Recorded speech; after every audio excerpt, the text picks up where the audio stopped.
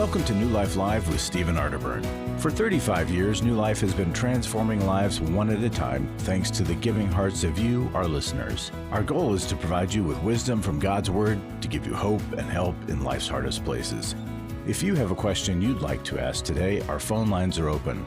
Call 1-800-229-3000. That number again is 1-800-229-3000. Now here's today's host, Marc Cameron. Well, hello.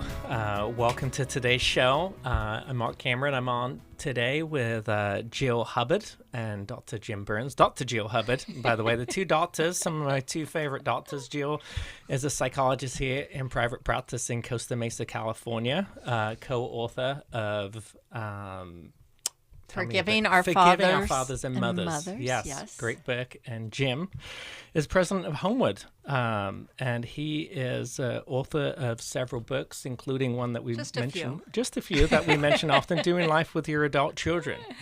And Jim, I think today you've got some wisdom to share with us this morning. It's great to be with you, Mark and Jill, always. And this isn't the day that Jill and I oftentimes are on the program. So yes. We're glad to be here, and we just love that voice of yours. We swoon when you start to talk. I've been thinking a lot, Mark and Jill and listening audience, about so many callers call about they move into the empty nest. They don't do that phase very well. And then I think a lot of people who even have younger kids struggle with, they never plan for the empty nest, and they wake up one day and they've got stuff, if they're married, buried under the mat, or if they're single, they go, now what am I going to do with the rest of my life? And it's really a struggle. So I want to talk about it for a minute. And first tell a quick story. For Kathy and I, we did not prepare. I would not suggest that you do what Kathy and I did. So we drop our daughter off at Cal Poly San Luis Obispo in Central California. We start driving home after Target runs and fun food and all that. And we didn't talk for like 45 minutes. We were both just in thought. And I look over at Kathy. She has a tear running down her eye. And I said, "You okay, babe?" And she goes, "Yeah, no, I'm okay." I go, "Do you want to talk?" No, I'm just kind of processing. So I said, "Do you want to get a bite to eat in Santa Barbara?" She loves Santa Barbara, California. And she said, "No, let's just go home." So we drove straight home. The house was so quiet. And in that, we realized that we were entering a new life, and we had not planned for that. And so I am not suggesting that even the younger parents who are listening today, we got to plan for that. And there's things you can do.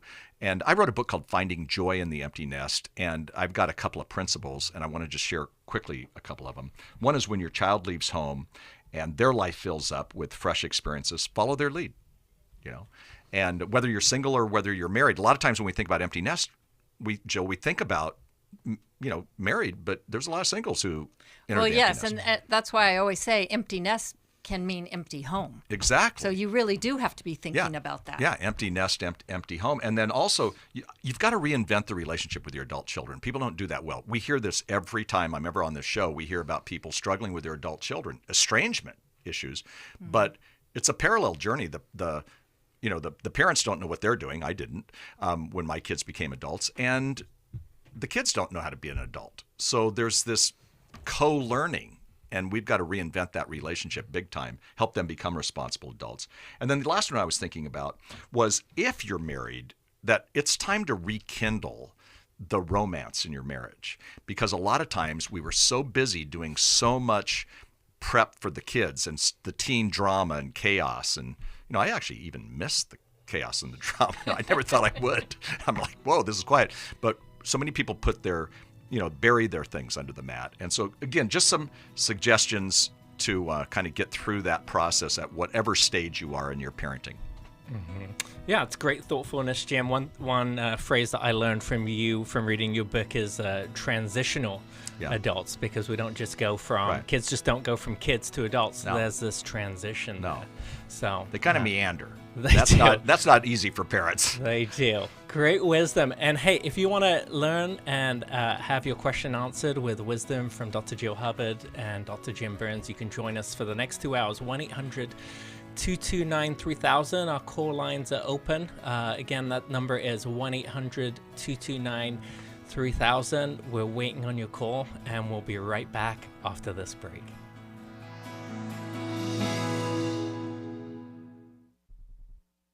Our marriage was just so toxic and just so many simple interactions that turned into conflict. And so we signed up to participate in the workshop. This is Steve Arterburn. Our Intimacy in Marriage workshop examines the various types of intimacy, spiritual, emotional, and physical, as well as the challenges of experiencing true intimacy. The tools that we received from the Intimacy in Marriage workshop were tremendous. It was so much that we were able to take and utilize and actually come back and apply. Don't settle for a miserable marriage or even one that's just okay.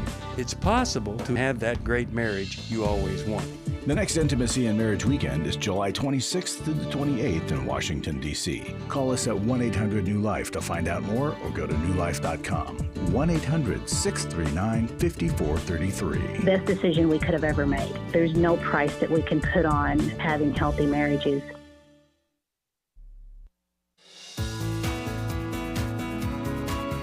To find out more information about New Life or to order any of the resources mentioned on today's program, call 1-800-NEW-LIFE. Now back to New Life Live. I'm Steve Arterburn with a New Life Moment. Finding a way to help others is an expression of faith. It shows that we believe in the sovereignty of God. We don't have to wait until the pain is gone in our life because we know God can use it for good. Finding a way to help others requires that you ask two questions. What is God doing, and how can I get into the flow of this activity? When we ask these questions, ideas will come. And once we begin doing this, the why is this happening question, which once seemed so important, it becomes irrelevant. The best answer to why is always what. When we stop asking, why has God allowed this, and begin asking, what does He want me to do with it? We're ready for God to start His work in us. Well, are you ready? Hey, visit newlife.com. I'm Steve Arterburn, and thanks for listening to this New Life Moment. Well, I love that we get to hear Steve's wisdom, even though he's not hosting anymore. But what a fantastic insight here to ask what whenever we are questioning God and asking why. Yeah. Well, we're going to go to the calls, and we're going to go to Kelly from Austin, Texas. She listens on KBBW. Kelly, how can we help you today? Yes, I have a question. I'm kind of in a situation. I've been married for quite some time, and me and my husband have known each other for over 40 years. We've been through 2 divorces, and I'm talking about married, divorced, and remarried, and divorced, and now we're remarried. Wow. To each other? Yeah. Okay. And the situation is, throughout these years, he's had some issues with infidelity, and I don't know, he just has always had a way to persuade me back, and I've went back. And then here we are again, the same situation. We're a lot older now, and I feel like I'm at a crossroad. I'm like, okay, I've been here, done that. We have went through counseling, and he does not seem to want to ever follow through. And, I'll be honest with you, I'm completely broken. Mm. And I just want to get me better, but, is it even worth looking at to even try to reconcile or even do anything because of the long history and the repetitiveness? And I just don't know if emotionally if I can do it anymore, but how can I let go of that? Mm. Oh, well, Kelly, we're so glad that you called in. Yeah, it sounds like it's been very difficult for you. Sounds like it's been very on and off and up and down here. Jim, what might you offer Kelly? Well, Kelly, I am sorry because it's tough, and yet you have persevered by, doing this, marriage, divorce type thing, married. And, you do not have to live in a relationship that is as dysfunctional as you're explaining. What I say to people a lot of times is, have you done everything you can? And and a lot of times they'll say no, and then I don't suggest they get a divorce or separate. I say, work on it. You make it happen. And again, that's only a question you can answer. And that's a hard question to answer, by the way. It's never perfect. But my suggestion would be, do what you can, and put some boundaries in front of him to say, you know what, I guess it's time for us to separate again unless, here's what you do, because he needs help, and it will continue if he doesn't change. And I'll tell you something, if you do separate and if it ends up even in a divorce again with infidelity, there is hope at the end of that. I mean, it's not easy. There's a scar, and especially because you've been involved in it so long, but you said it exactly what you need to do. You get help for Kelly. And when you get help for you, then you're going to be strong enough to get through it, even if it's one day at a time. Kelly, are you guys currently together or separated? We're not together. And okay. It was a situation where, I'll be honest with you, I've kind of been in a flight or fight mode. Yes. And he was arrested. Of course, the charges were dropped, but it was for, lewd. I don't know. Anyway, he was caught with someone, but of course, they say the charges were dropped. I can't find out the truth on that. And so, I'll be honest with you, instead of sitting and trying to stay, I left, and I haven't been back. And I wonder if I maybe, should have stayed and had him explain things in more detail, but because of the past history, I just didn't think emotionally I could handle that. Well, and Kelly, it sounds like you are very weary.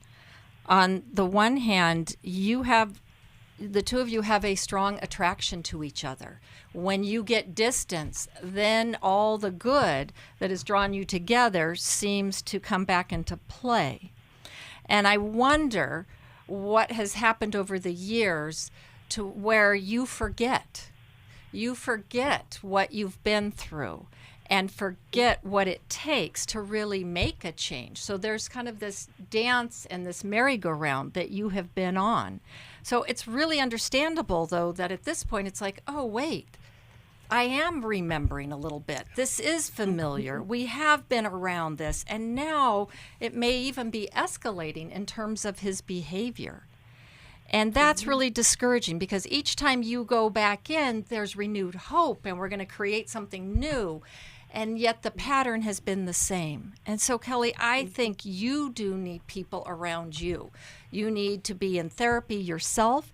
You need to be looking at what keeps happening in this pattern. You certainly have enough data now to see the pattern and to say, okay, what am I doing that's repetitive? Why do I keep getting hooked here? Not just how can I fix him, right? Because that never goes well. So what are you doing? Because if you start to do things differently, that is going to impact him. It's that ripple effect. And it's not about, you don't have to be mean to him, right? I mean, certainly you must have a lot of anger and upset, but you've been willing to forgive him over and over again. But that's not been helping. He hasn't been able to take in that forgiveness and that love that you have to offer and make lasting changes. And so it's time for you to get off the merry-go-round. Yeah, I think that's really good advice here, Jill. And Kelly, I think what Jill is saying here is not that you are at fault for your husband's behavior, but that you're part of a pattern. And that you have the ability to be able to change the pattern by taking an act of empowerment. And I think you've done the right thing by leaving when you found out that your husband was accused or charged with these things. And I think it's good for you to step aside and to see what may happen from this and possibly do a separation. And when you do a separation, I think it's a good idea to have a separation plan where you list out what you want to see your husband do to win your trust back here. Because, too, really, at this point, what excuse could he have? You've heard them all. So I think you doubting yourself, should I have stayed? Sometimes, like when couples are screamers and they constantly scream at each other, and then suddenly one of them starts to whisper. And I see you're stepping away without asking questions. It's like suddenly you're calm and you're whispering, and that may get his attention if it's different. Yeah. But even if it doesn't get his attention, it's the right decision to do. And I think what Jill has said and Marc has said is so key for you to hear, that it's okay. You've not lived in a normal situation for a long, long time, and there is healing and hope on the backside of it. But you may have to be very courageous and don't do it alone. Make sure you have people around you to help you through that. Kelly, do you have your own therapist? I'm seeking into that through y'all's program.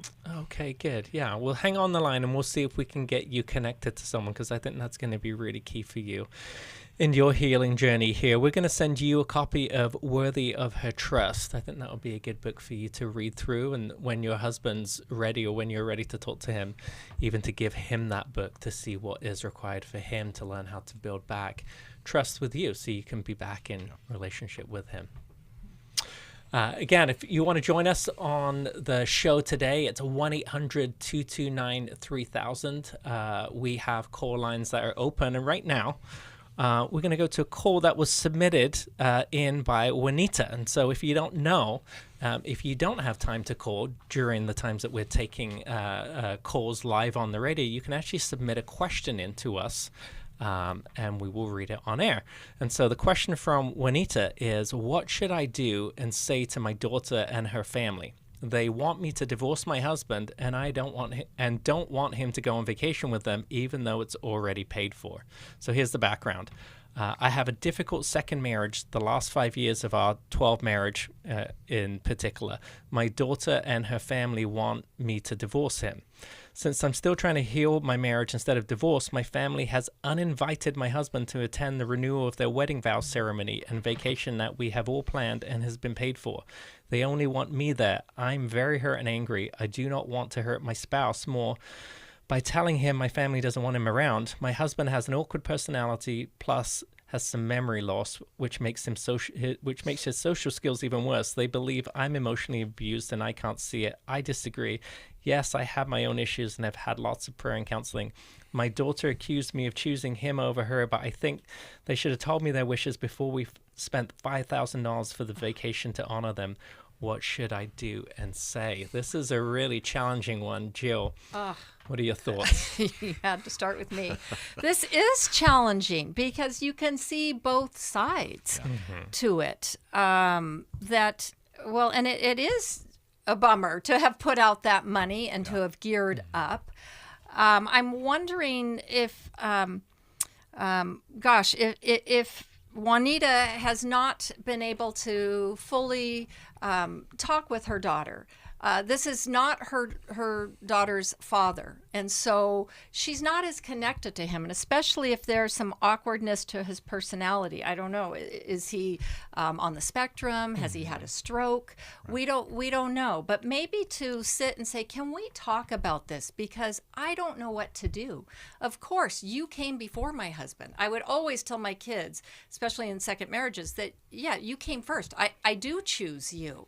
However, putting me in an either-or situation when I have commitments is really awkward for me, and is not honoring what I'm trying to do to keep my wedding vows. And wedding vows are for better or worse, and sometimes it is the worst, right? It's not ideal. And I'm wondering if Juanita's daughter has any issues about the fact that her mother remarried. Where is her father in all of this? I think there needs to be more discussion. Yeah, I'm with you, Jill. Juanita, and I wish she was on the phone because I've got 25 questions to ask her, right? But Juanita really probably has to be not go in with all tenderness with the daughter, but just simply say, I feel really in a bind. And, and I understand why you don't even like, my husband, but he is my husband. And I get it. He's awkward. He's this and that. I mean, and again, they're two adults, so you're going to have an adult conversation. But, we have put in the money, and, I can kind of keep him a bit away if there's something that's, there's probably a story where he did something or said something that was awkward and really hurt her feelings. Juanita may be speaking out of hurt, because maybe the stepfather said something or whatever. You mean Juanita's daughter? Oh, yeah. Juanita, yeah. Juanita's daughter is talking, is out of her. Maybe, and probably hurt also because she's protecting her mom.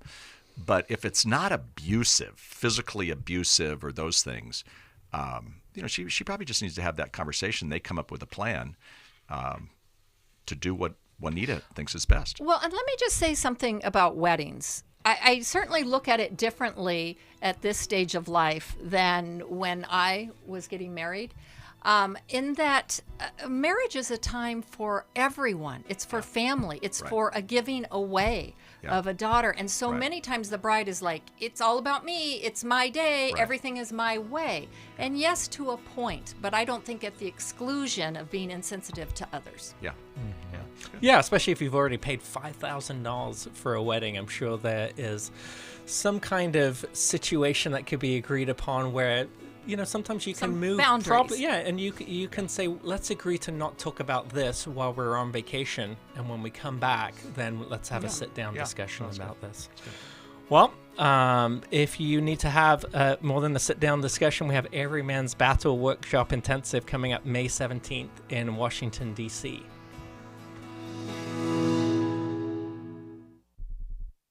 For over 35 years, New Life Ministries has provided help and hope in life's hardest places. We've struggled a lot with communication. I have struggled with anxiety. My wife had a sexual affair with my son-in-law. She said, Dad, I don't like how you talk to me. New Life focuses on bringing true healing to those dealing with relationship issues, mental health struggles, and addictions. After work, I listen to you, and it just helps me with questions that I'm having with my marriage, with my family. I am so blessed to have New Life in my life. I just wanted to say that you guys saved my life. Recently, friends of the ministry came together with a matching gift challenge to encourage you to join them in giving.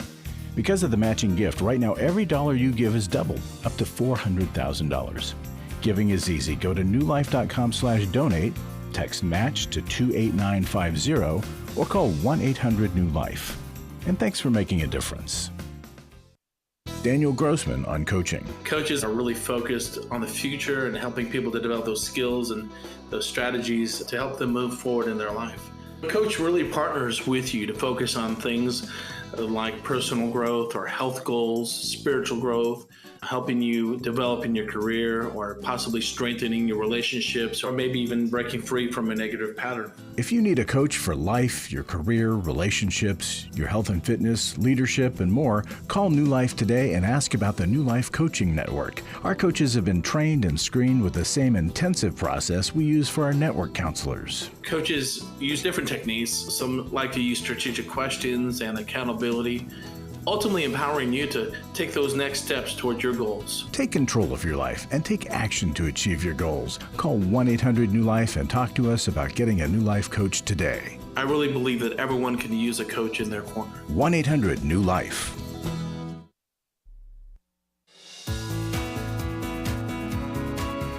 We'd love to hear from you. If you have a question or a comment, call toll-free 1-800-229-3000. Now back to New Life Live. Well, welcome back. And again, we are on for the rest of this hour and another hour. We're going to be recording another show.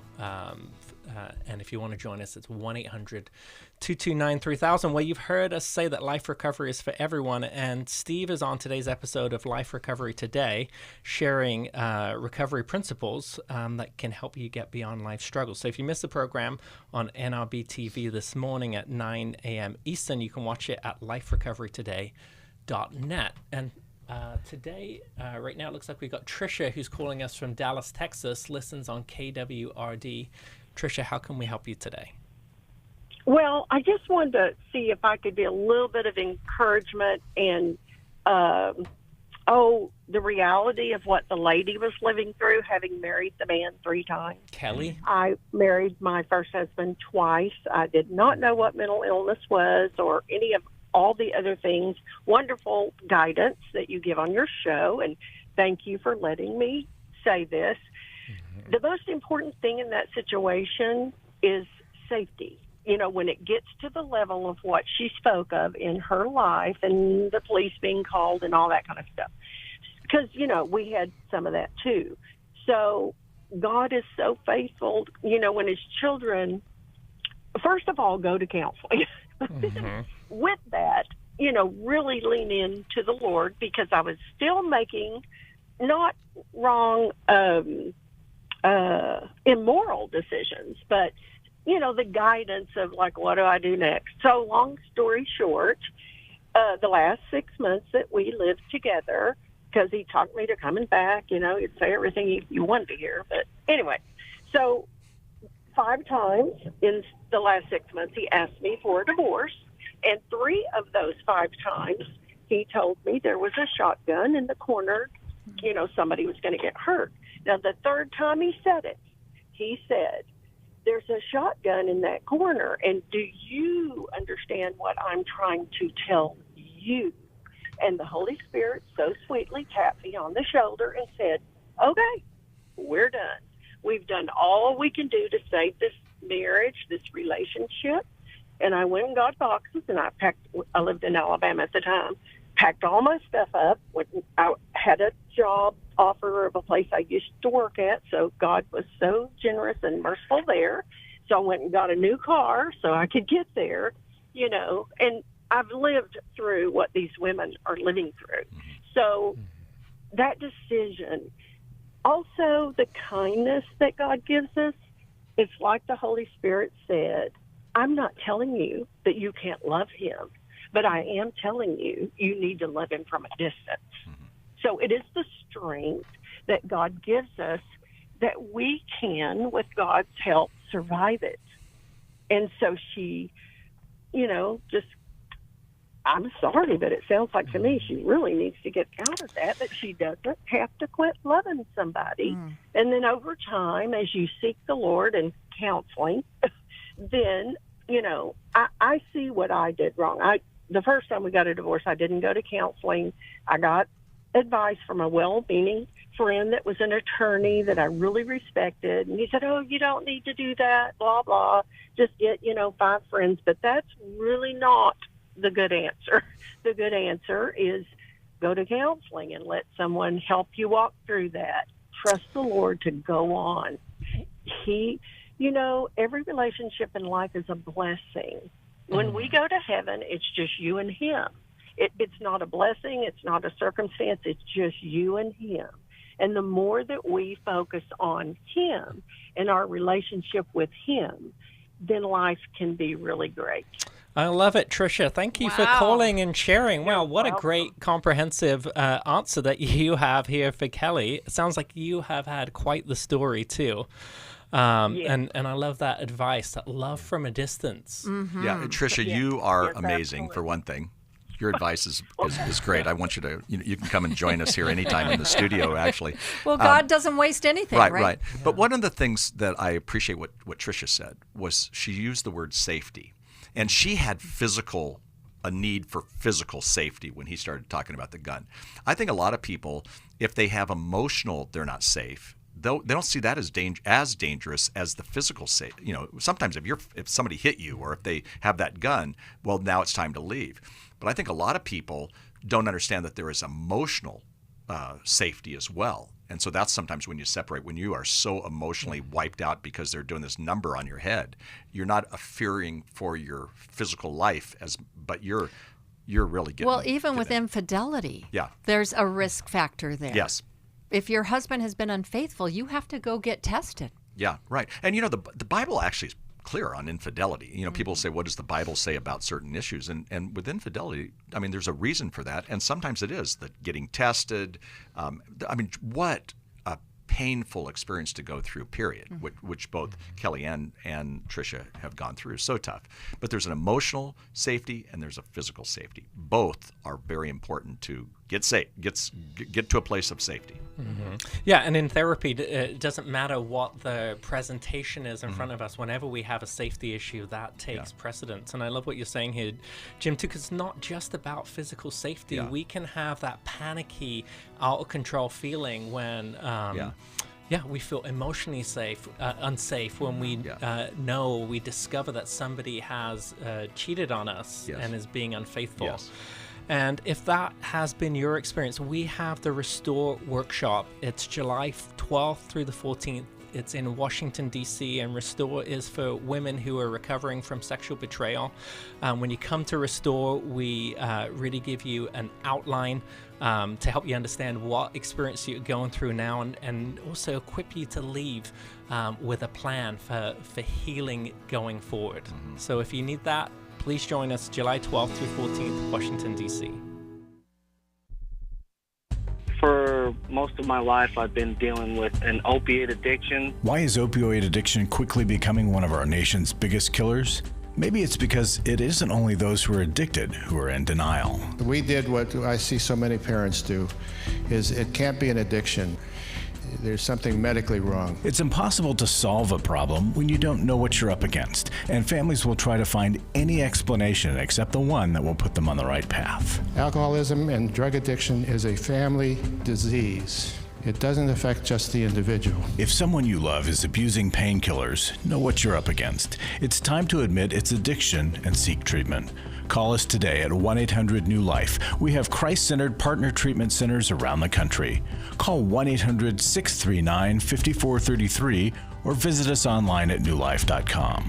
We just made a decision. We will do whatever it takes. 1-800-NEW-LIFE. I was sort of vaguely familiar that the 12 steps had some origination in the Bible. I found Life Recovery, and one of the things I liked so much was that it had such a broad appeal. It wasn't limited to just alcohol or drugs, that it was addressing a wide range of problems. At New Life, we believe everyone can benefit from a life recovery experience. There are life recovery groups all over the country. They take place online, in conference calls, and in person. And if there isn't one in your area, we can help you start one. We have startup materials, leaders' guides, CDs, Bibles, and more, all with discounts available for groups. Call us at 1-800-NEW-LIFE and ask for Terry Ward. The 12 Steps have long been a great help to people in recovery because much of the 12 Steps' power comes from the fact that they capture principles clearly revealed in the Bible. The 12 Steps is really a pattern for all of us as Christians. Call 1-800-NEW-LIFE. That's 1-800-639-5433. We're glad you joined us for New Life Live. To be a part of the program, call 1-800-229-3000. Now back to New Life Live. Welcome back. And I want to let you guys know that we have a matching gift going on right now. So when you give to New Life, your donation is going to be doubled. And you can double your impact by giving at newlife.com/donate or texting match to 28950 or call us at 1-800-NEW-LIFE. And every donation over $100, we are going to send you the just released Every Woman's Bible by Misty Otterburn. And now we're going to go to the calls. We're going to go to Bobby, who's calling us from Kitty Hawk, North Carolina, listens on Sirius XM. Hi, Bobby. How can we help you today? Hi. Thanks for taking my call. I was calling about forgiveness. I struggle with forgiveness, and that runs really deep in my family. But I also struggle just with day-to-day interactions and people, that are offensive, or I've taken offense to something. And I'm just wondering, is it because I have not accepted God's forgiveness for my sins? Because sometimes I find myself questioning whether God has has he really forgiven me, or maybe he hasn't. And so maybe I have some doubts about his forgiveness because I continually keep screwing up and keep having to ask for forgiveness. And so I just wanted to know your thoughts on that. Well, this is a great question, Bobby. I think a lot of people struggle with this. Forgiveness is such a hard issue because there's times that we just feel so hurt inside. And so how do we forgive when we feel hurt inside? Well, Bobby, I think that to the degree that we can't accept that forgiveness from the Lord, we also have a hard time forgiving other people. I think there's a direct relationship there. And we get stuck, as you're describing, in our own failing, in our own shortcomings. And we don't really internalize what Christ did for us, why he came, why he died. And we keep looking at if only we were better, if only we weren't a sinner. And so that makes it really difficult because there's a bit of perfectionism in that and trying to earn your way instead of really realizing that you've got to surrender. Right? So being at the end of ourselves, and a lot of us get stuck in that protesting. Wait, if I just do it this way or this way or try harder, then I'll get it. But we leave God out of the mix when we do that. And so however you can have reminders to remind yourself, okay, wait a minute, no, it's God, not me. No, it's God, not me. And even if the words are just intellectual at first, pin them up somewhere and use a lot of repetition to take them into your heart and to pause and say, no, what does this really mean? Let me not just gloss over this and go back to my own pattern of doing things. And so, and especially when we're hurt, we kind of tend to nurse our woundedness, and it's hard to allow anyone into that space. And so how do you allow God into that space? Are you open to allowing God into that space? Realizing that it isn't a quick fix. I know at times in my life when I've been the most wounded and the most hurt, it's like those middle of the night times where you wake up and it's like, what else do you do? There's no one else around. That's when you cry out to God, when you have nothing else. That's good. Oh, that's beautiful. You know, I'm going to put on for a moment, Bobby, my pastor's hat, because I think a lot of our listeners, not just you, but a lot of our listeners struggle with that issue. And yeah, we know what the Bible says, and you know, we've been to church, and so of course we understand forgiveness, but sometimes we don't experience it. I'm just going to tell you something I do that's been helpful for me. I hope it's helpful for you. Every day I confess my sins. So I actually go through a process of doing that, and I try to actually name them. And sometimes I'm like, I've been doing this for years, and God, honestly, I'm so sorry. I'm embarrassed to say that to him. But you know, I want you to go to the Word, and the Word says this, and that's where you can get some help, because if you just type in Google forgiveness of God in Jesus Christ, you're going to get a lot of scriptures. But the one I keep going back to is a simple one. We learn it in Sunday school. If you confess your sins, he is faithful and just to forgive you of your sins and to cleanse you from all unrighteousness. Confess means just simply to agree with God.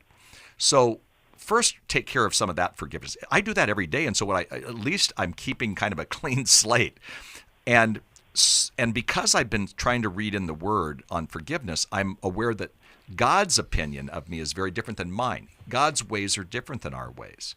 So when you receive, it's not about you. It's about him, and he's choosing to forgive. The word gospel literally means good news. So we can't, in our finite minds, understand that all that well, but it is, the incredible good news. And I think when we get that, we'll do better. But here's what happens to me. I get arrogant.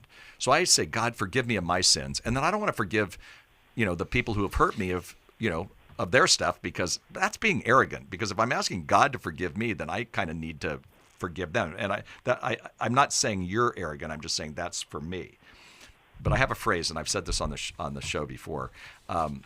Not forgiving someone is like you drinking rat poison and waiting for the other person to die. You know what I mean? And that's kind of been my story sometimes. And I go, what is wrong with me? So again, if you go to the Word, this is the beauty of the Bible. It's in the Old Testament, it's in the New Testament, it's in the Psalms, it's in the Proverbs, it's everywhere, that we are forgiven, not because of what we do, but because of who he is and how Christ sacrificed. Keep that in your mind. Make it a daily discipline, and I think it might help you. That's well, good. And I just wanted to add, this, you're right, Jim. This has been a problem way back, to the days of Noah. Sure. Right?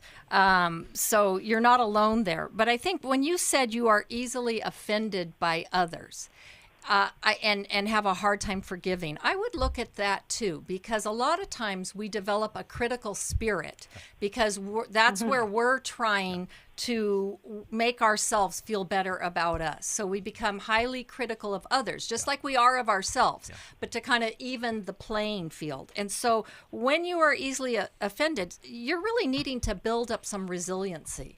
right? You've got to let some of those things roll off. Yeah. Why do you care so much about their offenses? And why are you taking it so personally? And sometimes to even pray for those people. Right? And to try to turn it around and see something good in them and realize that they're on a journey. It's interesting you said that. My wife, we were doing a marriage conference this weekend, and my wife was speaking too.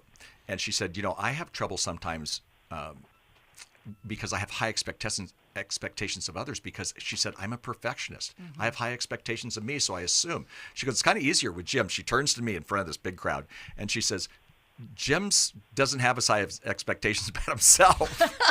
So he's easier on people.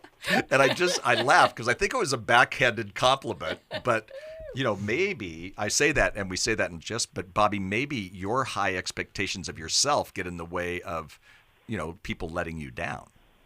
Bobby, how does that sound? Was that helpful? Yes, it's helpful. I'm just wondering, maybe I'm thinking that God has high expectations for me, and I'm not meeting those expectations because I'm not able to forgive people. You know what? And it's often, really, it's hard to love the unlovable, and I know I'm called to do that. I totally understand that. And that's, you talked about a process early on when you were talking. And, there's two theological words: justification, which basically means just as if I've never sinned. That's your forgiveness. And then there's sanctification, which is the lifelong process of becoming more Christ-like. And, you're going to enter heaven still working on your own, sanctification, if you would. Somehow, this is where it goes back to the fact that, he looks at you with high expectations, but you know what the high expectation is? He gave his son for you. So the Christian gospel is that, he looks at you as a forgiven person, not because of what you do, but because of what Christ did for you. And when you grasp that concept, and I don't think it's an easy concept, and I think we always go back to it, but when you grasp that concept, it may help you with your own process, as well as then being a little lighter on them, because it's really not about them either. It's about what Christ is, doing in their life, and sometimes they're not open to that. Oh, that's great. That's very helpful. That's great, Jim. Yeah, forgiveness is a learned practice, and I think this is what both of you are saying here. It's really, it's an emotional feeling that we feel when we're hurt, but it's very much a cognitive decision that we have to make to choose to push through that hurt and forgive. And that's the difference between something called decisional forgiveness and emotional forgiveness. There's times that we don't feel like forgiving. We're so hurt. But we have to consciously make that decisional forgiveness approach. And sometimes you have to do that over and over and over again before eventually the hurt ends up healing here. And so, Bobby, so glad that you called. It's a great question, one that many people struggle with. We're going to send you Forgiving What You'll Never Forget by Dr. Dave Stoop, and we hope you enjoy that.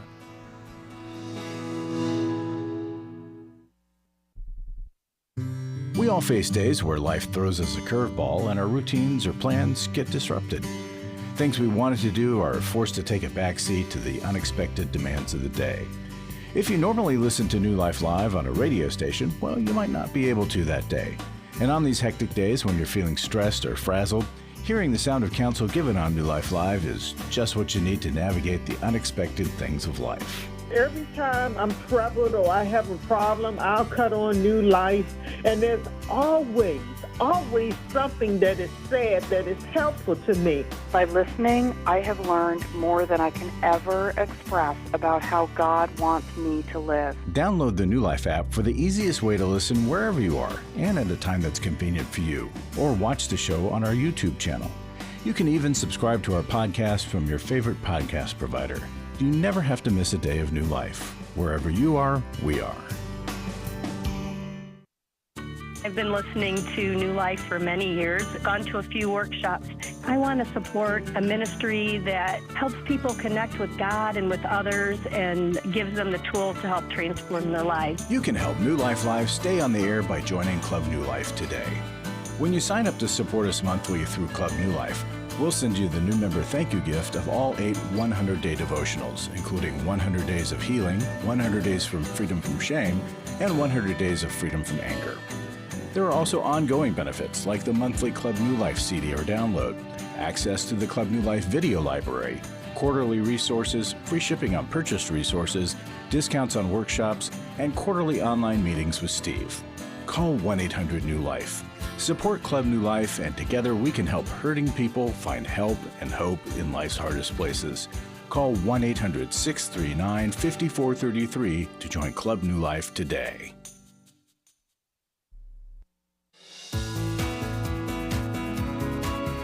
To find out more information about New Life or to order any of the resources mentioned on today's program, call 1-800-NEW-LIFE.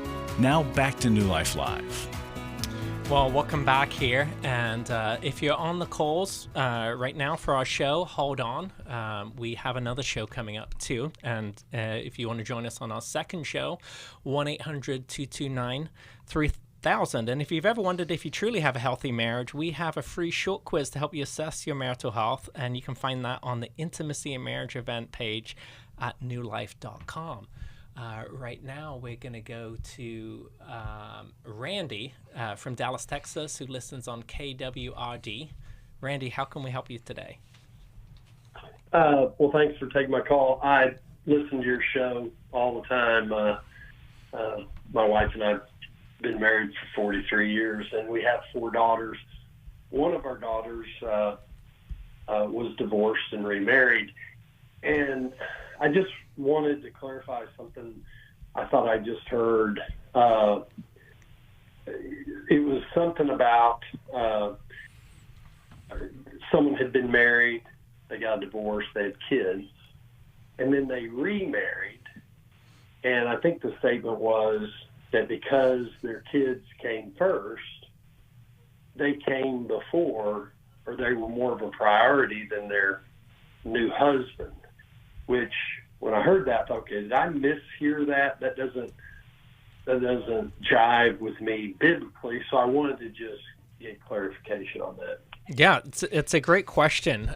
Blended family dynamics are very complicated. I myself, blended family, both my wife and I were divorced. Both our former spouses were unfaithful to us, and then we met each other, and both of us came into the marriage with a child, and it's complicated.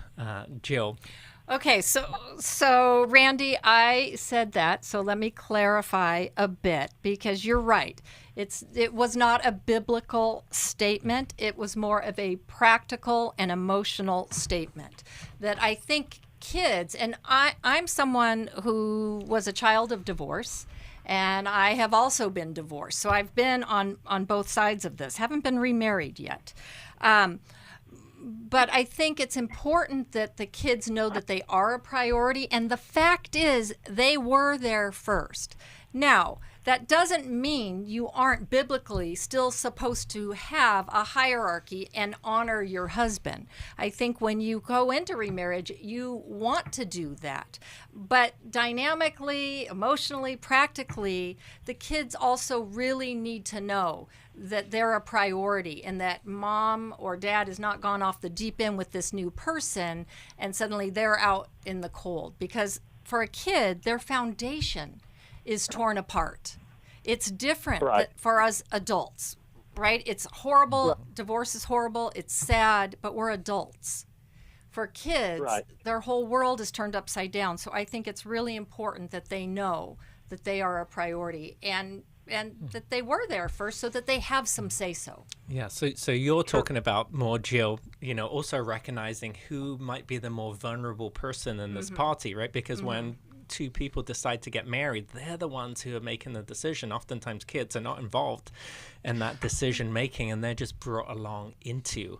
Right. And so many times people try to adhere to the biblical model, and it's like, okay, now stepdad is, more important and in charge, and that just doesn't work. It doesn't work. It's a brokenness. You're moving into a brokenness. It's never going to be like the first time, and I think that needs to be acknowledged. Jim, and the Bible doesn't really speak to step parenting. At Homeward, where I work, We are the largest provider of parenting seminars in the U.S., and so we're getting these questions all the time. And one of the things I always say is, well, they'll say, well, what does the Bible say about step-parenting, about blending a family? And it kind of doesn't speak to that. That doesn't mean that there aren't principles within Scripture that we would live by. Of course we would. The Bible would be the principle. However, I think it's important for us to understand that the blood parent, the parent, the birth parent, they take more of the lead when it comes to some of the communication, when it comes to some of the, if the kids are littler, some of the discipline and things like that. Because again, like you said, the step parent, evolves into whatever situation they're going to be. And sometimes those work and sometimes they don't. And so that's where we have to be careful. So I think Randy's bringing up a good point. I didn't hear that woman, and I didn't hear in your comment, I didn't hear that woman saying, hey, I'm trying to put my children first or my husband first. I mean, it's all a priority. Our families are a priority. And if you go all the way back to Deuteronomy 6:4-9, which is called the Shema, that's a family story, that it's our job to love God and then impress it upon our children. It doesn't really talk about who's where and how. So I think he brought up a good point, and I think that's something that we need to be aware of. But at the same time, a mama bear, she is not going to distance her kids. If she does, it's wrong. Distance her kids for the sake of her husband. She needs to bring them together. Well, especially if he's done something wrong. Yeah. Or done something hurtful. Yeah. But at the same time, he brings up a good point. Yes. Well, and in this, in our family, we're trying as grandparents and believers, all of us, even the new husband, godly man, we're trying to teach the grandkids that their kids or her kids that are now he's basically raising, that she loves you and she loves her husband. Yeah, right. And right. Lord willing, he loves her like Christ loved the church. Right. But at the end of the day, if there's, you said it a second ago, there is a hierarchy, and just like there is in the Trinity. And so she must put her husband first. Doesn't mean the kids are some distant fifth, but the husband comes first, whether he's the second husband or third husband. And not even if he's a believer, that's a whole nother discussion. But at the end of the day, he must come first in her life after Christ. Well, and if kids see that, well, then they learn a great lesson there. I agree with you. Yeah. I agree with you. Talk about this for days. Randy, I want you as my grandpa. You just sound like a wonderful grandpa. You bring a lot of wisdom. No, I've been a wretch most of my life, but God has continually worked on me. So, hey, I love your show. Listen to it all the time. We support the ministry. So I appreciate what you guys do. Well, we love you too. Thank you for calling me on that. I don't want to No, I love it. I don't want to misguide. Yeah, and I was listening to a pastor not too long ago, and he was talking about how he had to discipline his son for the way that his son spoke to his wife. And what was really interesting, he said to his son, like, I made a covenant with her. I haven't made a covenant with you. And it was so interesting for me to hear that, because it's exactly true. We're right. In that situation, the daughter was there first before she got remarried, but she won't be there later on. It's a both right? and. Yes, exactly. And I like what you said here, Jim, too. The Bible doesn't speak to blended families and step parenting. It's such a complicated issue here. But it does give principles. But it doesn't speak to it. But directly, correct.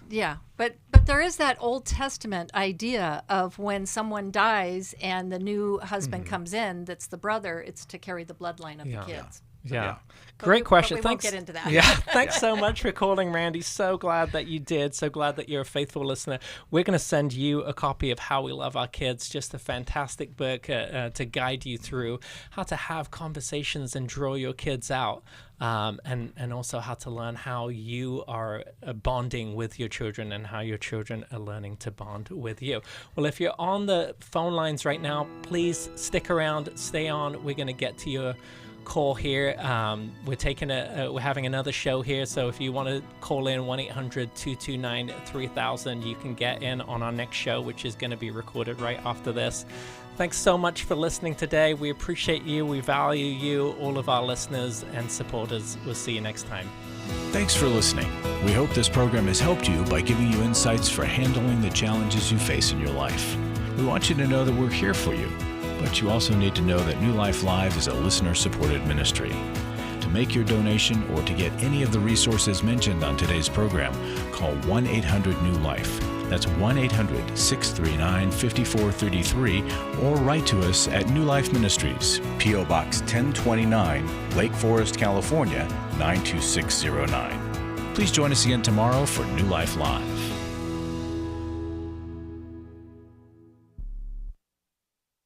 Thanks for watching today. We love helping people. I hope you sense that. And we know that there's always hope if you find the right resource. Now, if something we've said to somebody else applies to you, that's fantastic. That's what we're hoping for.